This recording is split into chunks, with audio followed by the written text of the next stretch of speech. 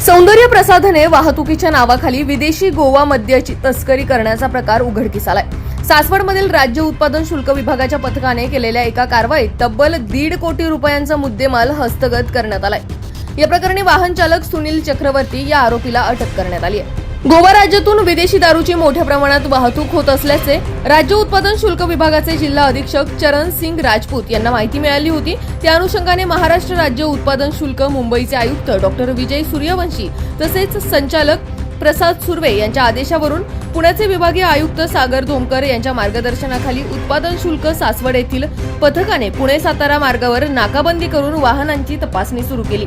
हवेली तालुक्यातील खेड शिवापूर गावच्या हद्दीत हॉटेल जगदंब समोर वाहनांची तपासणी करत असताना भारत बेन्झ कंपनीचा HR 63D 8878 हा 14 चाकी ट्रक थांबवून वाहन चालकाकडे चौकशी केली असता चालकाने संशयास्पद माहिती दिली। यावरून वाहन रोडच्या बाजूस घेऊन तपासणी केली असता त्यामध्ये गोवा राज्यातून विक्रीस आणलेले विदेशी दारूचे बॉक्स आढळून आले।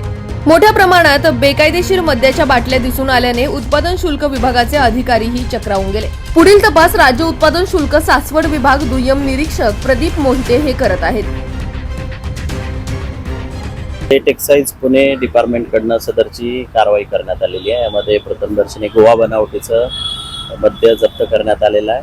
त्यामध्ये जवळपास 86,000 बॉटल्स म्हणजे 2200 बॉक्स जप्त करण्यात आलेले आहेत आणि एक कंटेनर पण जप्त केलेला आहे आणि एक आरोपींना अटक केलेली आहे। सदरचा पुणे बेंगलोर हायवे म्हणजे सातारा हायवे पुणे सातारा हायवेवरती खेड शिवापूरच्या पुढे त्याच्यामध्ये सदरचा आमच्या पथकाला मिळालेल्या गोपनीय बातमीनुसार वाहनाची तपासणी केली आणि माहिती अशी मिळाली होती की सदरचा कंटेनर हा औरंगाबाद आणि जालन्याच्या दिशेने सदरचा कंटेनर जात आहे। त्यामध्ये तसे प्रथमदर्शनी जे काही कागदपत्र सापडलेले आहे त्यामध्ये सौंदर्य प्रसाधने किंवा मेडिकल्स च्या नावाखाली हे सदरची कन्साइनमेंटची वाहतूक केली जात असल्याचं प्रथमदर्शनी दिसून आलेलं आहे। याबाबतची माहिती आम्ही लवकरच शेअर करू।